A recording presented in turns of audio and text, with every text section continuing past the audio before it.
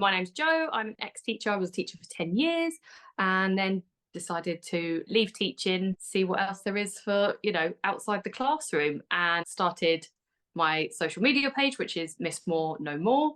And this is where I started following the lovely Selfing with Clare page. So Clare, I'll let you introduce yourself. I am Jo's biggest fan. I'll hold that up. I found her when she only had about 200 followers. But yeah, so seriously, so I'm an ex-teacher too. I managed to do a bit longer than Jo. I managed to do 20 years, but because I plugged on longer, I burnt out, had a health scare. So if you go on my Instagram, you'll find out more about that story. But the good news is that I retrained as a clinical hypnotherapist and mindset coach. So I did lots and lots of work on myself. We're going to speak a bit about that today, about the benefit of supporting yourself. And in supporting myself, other teachers then started to notice what I was doing. And then I naturally started to help other teachers. They became my case studies. And now I don't always just help educators, but it's mainly educators and ex-educators that I work with now. The reasons for leaving teaching mostly are to do with mental health, teachers' mental health predominantly. Last episode was all about should I stay, should I go, reasons for staying or going. But today's episode is going to be more about I've made that decision to leave, but now what? And discussions that we had came up a lot about mindset when leaving teaching. I knew it took me a long time to actually get the courage to leave. I think I thought about it for about 2 years before I then was in a mindset where it just went, okay, enough is enough now. It really is time to go. I had really bad crippling imposter syndrome when I started going out there. So initially I left teaching and did tutoring and supply. Fine. I was still doing what I was good at. I knew that I could do that and I could do that well. But then I started looking for jobs outside of teaching. My mindset was like, I can't do that.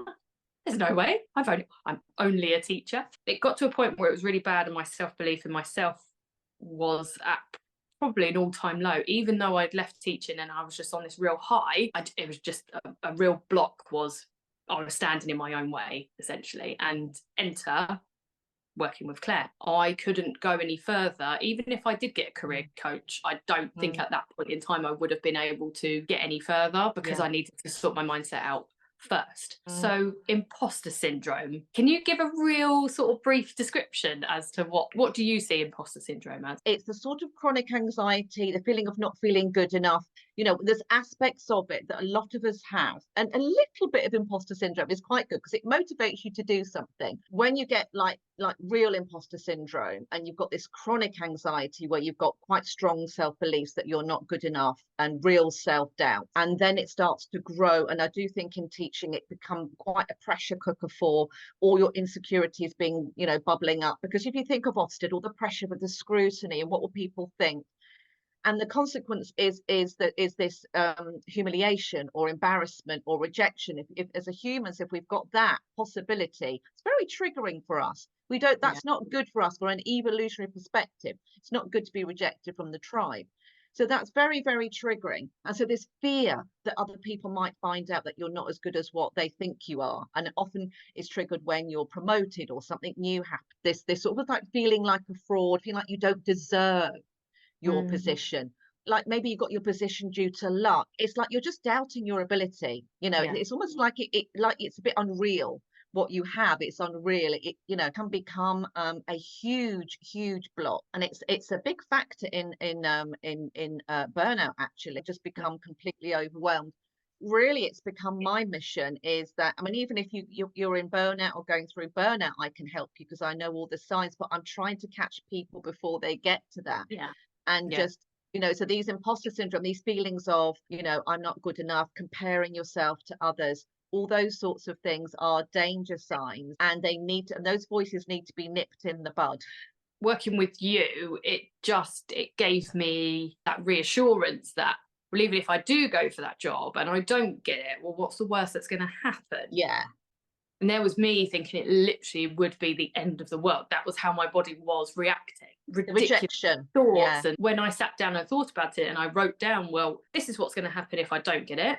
This is what's going to happen if I do get the job. Both outcomes were fine. And that's it, Joe. It was That is that. okay. Yeah, it's the catastrophizing, isn't it? It's that sort of going from 0 to 100 of worst case scenario. And what Joe's saying is like a brilliant technique. Is just write your thoughts down on one side of a piece of paper. Write down all the concerns, all the worrying thoughts, and then have a good look at them. And then, but what if the opposite were true? We got to the point where we dealt with the outcome. Like a no is fine. A no just means not for you. It's just not a good match. It's fine. There's something better. You can see yourself as work in progress, which Yeah. often we don't do as teachers and ex-teachers because of this perfectionist type. Working in the teacher profession, you are constantly scrutinized and nothing is good enough. Even if you have the most wonderful observation, there's a little box which says, you know, ways forward or, you know, next steps or whatever it is. And they're like, well, we have to write something in the box. Why do you?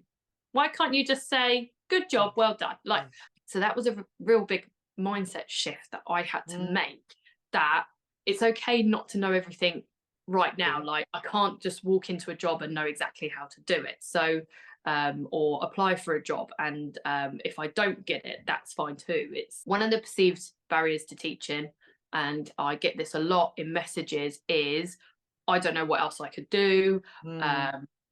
There's no way. I've been a teacher for 20 odd years. There's nothing else I can do. There's nothing that I'm good at. And I just feel like shouting through the phone, like, that's not true. I'm not even going to apply for it because I know I'm not good enough. Or I'm going to take this huge pay cut and go into a job that I'm completely overqualified for.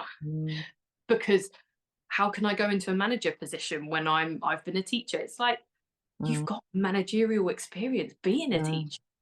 100%, especially if you're a key stage lead or anything like that, you've got that experience. You can transfer that over. So the minute you start planning change, the survival part of your brain, that very ancient part, is not going to like that, because if you make a change, potentially you could be making your situation worse. We can't say that's not true. That's not, and you're potentially you're walking into the unknown.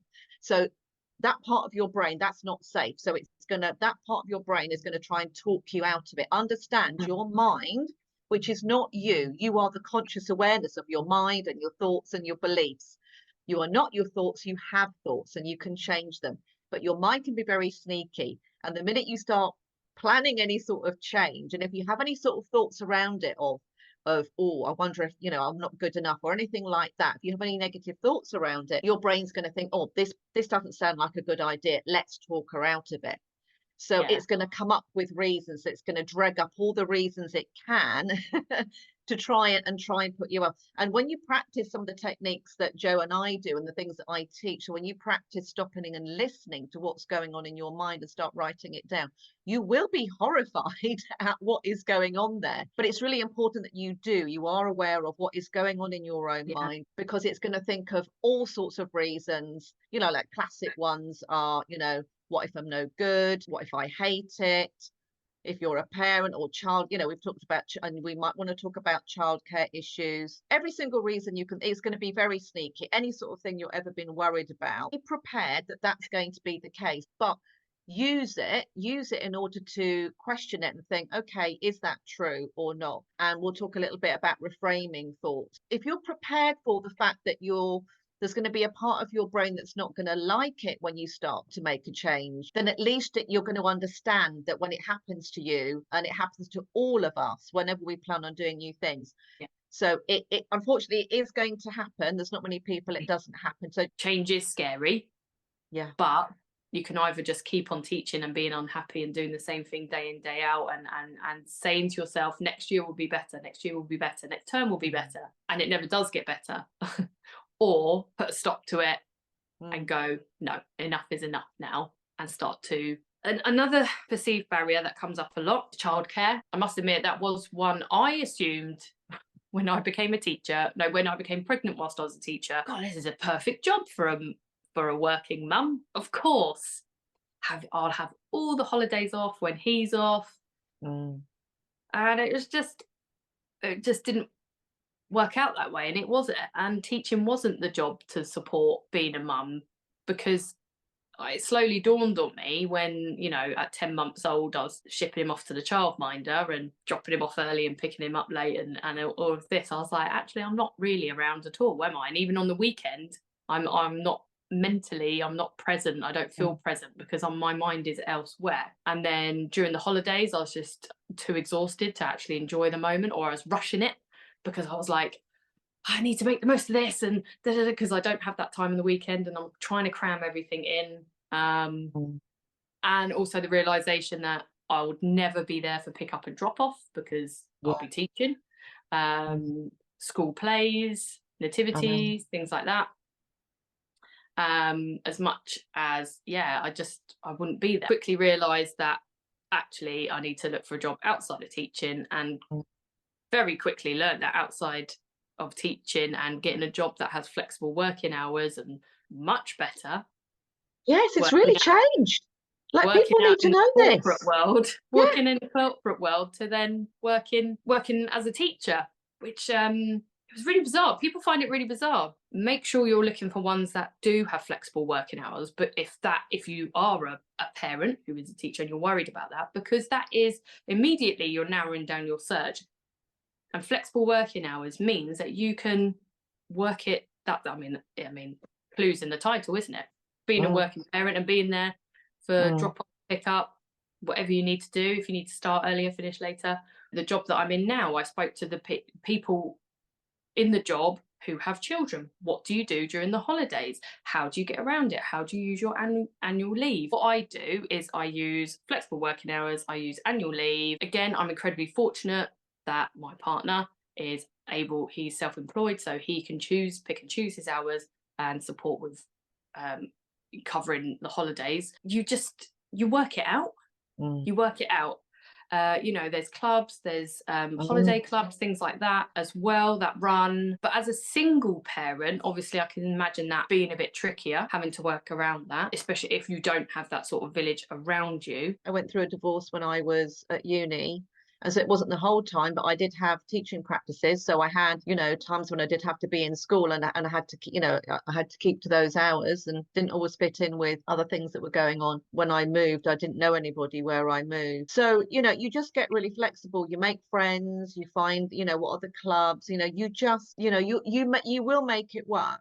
That's the thing. If you're determined, you will make it work. The same as if you want to leave teaching, and as Joe and I said, if you decide enough is enough, and you sort of need to do that. So a lot of the voices will then quieten down if you do that. Like, no, that stop. And then it's like, once they're convinced, oh, okay, she means it, then they will start helping you, because they want you to do something. Like, they just want you to take charge. That's all the voices want you to do. And if you're a bit, okay, all right, I won't do it. If you start giving in all the time, they will win, in this sort of, in the nicest possible way. They're just trying to keep you safe. So, but you have to take charge, say, no, I'm going to somehow make this possible. And as soon as you start taking action, and like Joe says, just start taking research, just start asking around. Things will come, solutions, and people will tell you things that you don't know from where you are now.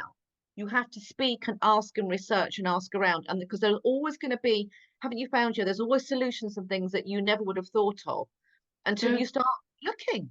Another perceived barrier is pay. But the best piece of advice I got, and this came from the Life After Teaching, the Pit Pony video. My way out that I actually managed to get out was sorting out finances first. Don't just start looking on job websites and select, well, I only want jobs above a certain amount and this, that and the other, because if you actually sit down and work the finances out and what your take home is and everything, that all those deductions from your teacher wage, it's just not the same when you go to other jobs. The deductions are not as high. How much teacher pension gets taken out, if you pay into that, and as well as all the other deductions. I think, I was on UPS 1, I was working 0.8. Yeah, I was also on TLR. I think my deductions each month were like over £1,000, although so that I was contracted 4 days a week. Did I do 4 days a week working, or was I just being paid a lot less to still be doing 5 days of work and using that extra day that I was off to catch up on work? That's exactly what happened. I worked it out once that, I was essentially on less than minimum wage an hour when I actually worked out what my hours were. Yeah, the hours I was working to what I was being paid, it was less than minimum wage. And I, again, seeing that on a piece of paper, it was like, oh, what am I doing? This is so not worth it anymore. So go into a job that is 37.5 hours a week. That's it. Cut-off point. And anything you do over that time back, owed to you, so you take that back. And when that time's done, it's done. That's it. Laptop, gone, done, finished. It was revelation. It was incredible. Essentially, you need to look at what the take home is. What will the take home be? If you find a job that you like, but it's maybe a lot less yearly than your yearly salary you're on as a teacher, you need to work out what the take home is. So there are, you can find like spreadsheets and if you just Google it, you can find it, what that is. You will be surprised. I take home £100 less a month. That's the difference. I know those non-financial gains don't pay the bills, but it puts you in a much better place, because then I'm not spending hundreds of pounds each month trying to make myself feel better by having that bottle of wine after work, or not a glass of wine after work, but you know what I mean? The takeaway, the chocolate, the spending money on stuff to make you feel good. Joe, I was going to say, but what about money you spend on your class? I have to say there was something I just wanted to say quickly, because Joe's in a better position. I'm self-employed, so all I want to say about the self-employed area is that a lot that comes with it that I wasn't prepared for, but my goodness, the freedom of the flexibility I absolutely adore. And the other thing about self-employed work is that your ceiling for what you can earn is limitless. That's the brilliant thing with that. 100%. So, and the thing is that, you will be Joe and I are hard workers. So whatever you do, you will just put your heart and soul into it. You're used to that, and other people will appreciate that. You need to maybe realise you might be lucky and go straight from leaving teaching into a dream job. If you are leaving teaching and you're serious about it, it might be that you're just moving on to just another job as a holder, just to give you that breathing space, just to let your shoulders just drop a bit for a minute, just to give yourself some mental capacity to think about yourself for once. And that's okay. I think people that I speak to just assume, well, I'm going to leave teaching, I'm going to go out and I must land an incredible job that is just as rewarding and fulfilling and incredible and as giving as teaching is. But that might not be the case, but that's okay. And you've really got to reflect on that. What do you want your next step to be? Do you want your next step to just be a holding place? But I would highly recommend, when it comes to pay, look at your finances, what needs to be paid, what needs to be covered, work out your baseline, and then start working and looking for jobs from there. If you just want out and you just want to get out, that needs to be your first step. Don't get overwhelmed by just scrolling and looking for any old job. It's just going to cause overwhelm. It's just heading and just scrolling and looking through put in jobs that's in a 10-mile radius of where I live, search, and then you get thousands of jobs coming up. They're just going to shut it down, and just those negative thoughts and you can't do it, no, that's too much, is something that's going to happen, isn't it, if that's how you do it. To overcome overwhelm of looking at jobs, what sort of things would you suggest? Your next step, if you're feeling overwhelmed, will not be to look for jobs. Don't do that. What you need to do is work on yourself. So whenever you want to expand or change your life at all, what you need to do is support the capacity that you have to be able to cope with this. Because even if your dream job land, like my job, I am fortunate, even though actually it wasn't the first thing, therapist. I was going to tutor and I was going to go around the world, and then COVID hit, and then that didn't happen. So that door firmly closed. And then because that door closed, this other one opened. But by then I've been doing lots and lots of work on myself, lots and lots of self-care, all sorts of things that I've never done before, all sorts of things that only take like 1 minute or less. When you're beginning, you just do these little things, looking after yourself, looking after your mind. And once you start to look after yourself and learn how to calm yourself, learn how to be more positive, learn how to override these thoughts, when you start to work on that, then you start to calm yourself down. Then you will find once you've got that going, once you've got a little self-care routine going, then from that safer, calmer place, because when you're triggered and you're in fight, flight, or freeze, what happens is that your body starts to shut certain things down because you've got to run away from the tiger. So if you're in that mode, if you're that in fight, flight, freeze mode, you can't think clearly. You just can't. You can't problem solve. Pause, be aware of what's going on in your mind, and then the what ifs, all these what ifs. What if I'm no good? And you can write these down and have the what ifs, the no good ones on one side, and then the opposite on the other side. But you can do it in your mind as well. So, what if I'm no good, to what if it all works out? Allow yourself to spend time thinking about things going well, thinking about things in a positive way. I was spending a lot of time thinking about or ruminating about things that hadn't gone well or things that weren't going to go well. So when you realize that's what you're doing, then you can even engage. Some people even put worry time in. Okay, for half an hour, I'm going to let myself worry about lots of things, and then I'm going to stop that. Okay, now I'm going to do the next half hour, or it could be 5 minutes. It could be anything. But if I'm going to allow myself to think about the things that might not go well, then I'm going to factor in some time, and I'm going to make myself think about things that could go well. And the more you do that, the more you're going to start so powerful. Reframe your mind. It's called neuroplasticity. So it's all about your mind is very, very flexible, and you can work it, and you can work new positive pathways in the brain. When you're talking to the children, and if you are giving any sort of negative comment, then you'll have to do more praise, don't you? It's the same. That use that with yourself. It's this self-validation. Self-validation, self-approval. That's what this is all about.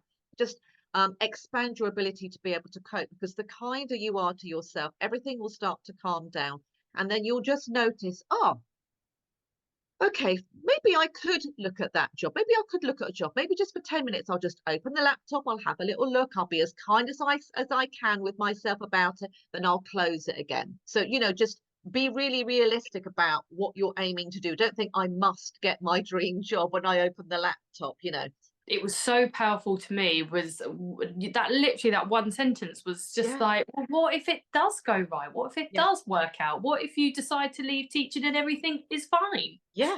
What if it does?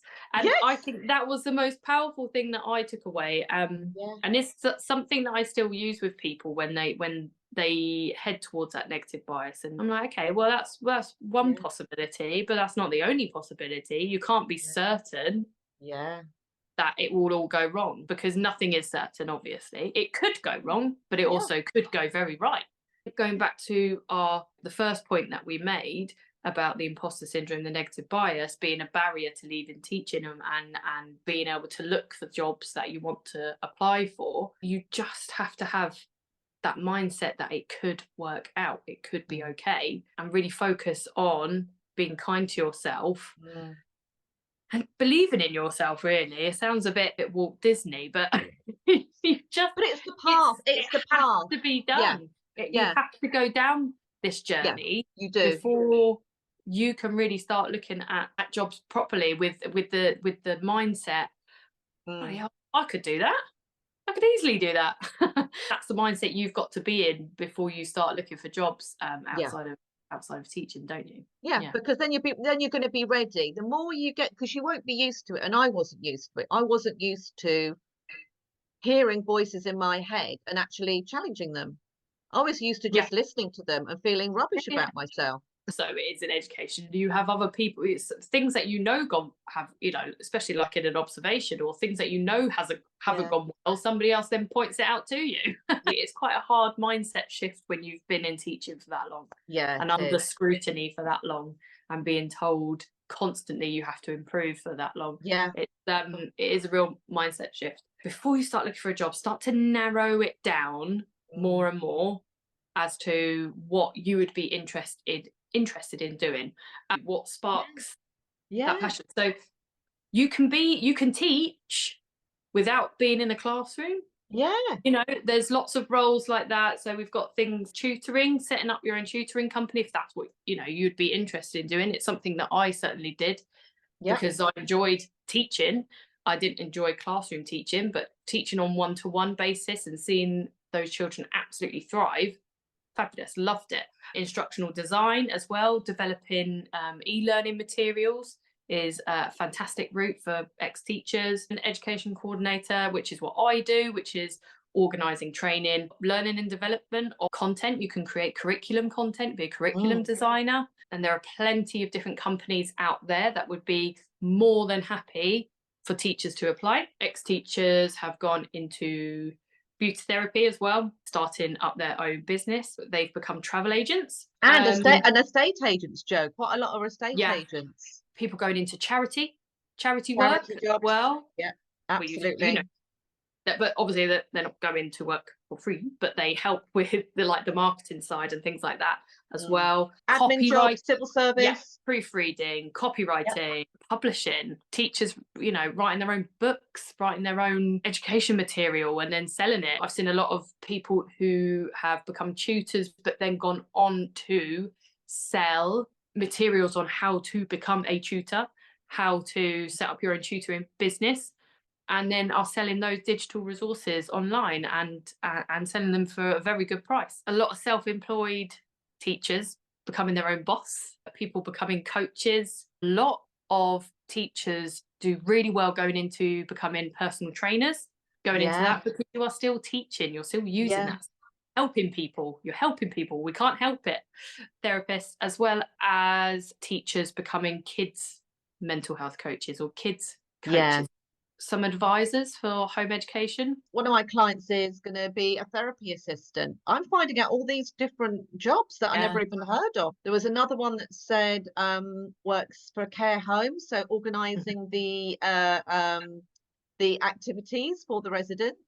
Support with education and training within the healthcare sector as well. So start thinking about what it is that interests you. Start there. Even from when you were little. When you were little, I wanted to be a doctor all through my childhood. I keep forgetting that. And now I'm a therapist. Now I help people with their mental health. So that little desire, there might be something, or there might not. Just see. People's passions can become their jobs. Think about work environment aligns with your values. So my top value is being present, making sure that I'm there for my son, having a job that is office based the whole time, or having a job that I have no flexibility, just does not match with my values at all. So I wouldn't look for jobs like that. I think about the skills that are required. Oh my goodness, teachers, you have so many. There is so much that I do in my role as an education coordinator now, random things from teaching that I wouldn't expect that I would need in this role. I still use, obviously the main ones being communicating variety of stakeholders. You've also got, written communication as well, timekeeping, organisation, diary management, firefighting, everything.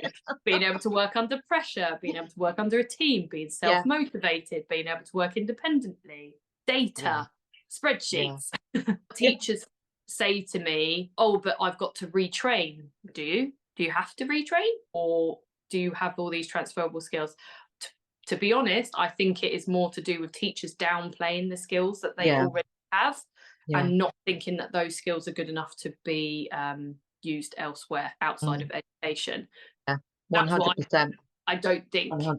Unless you're going for you want to brush up on a few skills, some digital skills or things like that, which is something that I'm doing currently. I'm not retraining as anything. I haven't gone into a job and started at the lowest pay scale. That's not happened at all because my skills have been there and I've gone for jobs that don't start right at the bottom. Felt like we needed to talk about mindset before all of that. Yeah, absolutely. Because once you get that mindset of being flexible about things, then you're going to not, there could be jobs there that you, like with me, I discounted 100%. me being a therapist for years. Until I worked on my mindset. And all of a sudden it was like this door had opened in my mind. I don't feel like I have to just settle and just be like, right, this is it, this is me, I'm done. It's good though, isn't it? Out there? But I've got that mindset now that I'd like, I can do it and it's possible. I can. Yeah, you said that. We've been working together. You really noticed that instead of I can't, I can. You changed the I can't to I can until the I can became the norm. Yeah, 100%. Absolutely. Yeah. So Final thoughts, Claire? yeah, I just want to finish just to let people know that if you are interested in doing some mindset work with me, you can find me on Instagram. I'm mainly on Instagram, Self and with Claire. So just send me a message there, and we can just have a no obligation chat, and then see if I can help you. Fabulous.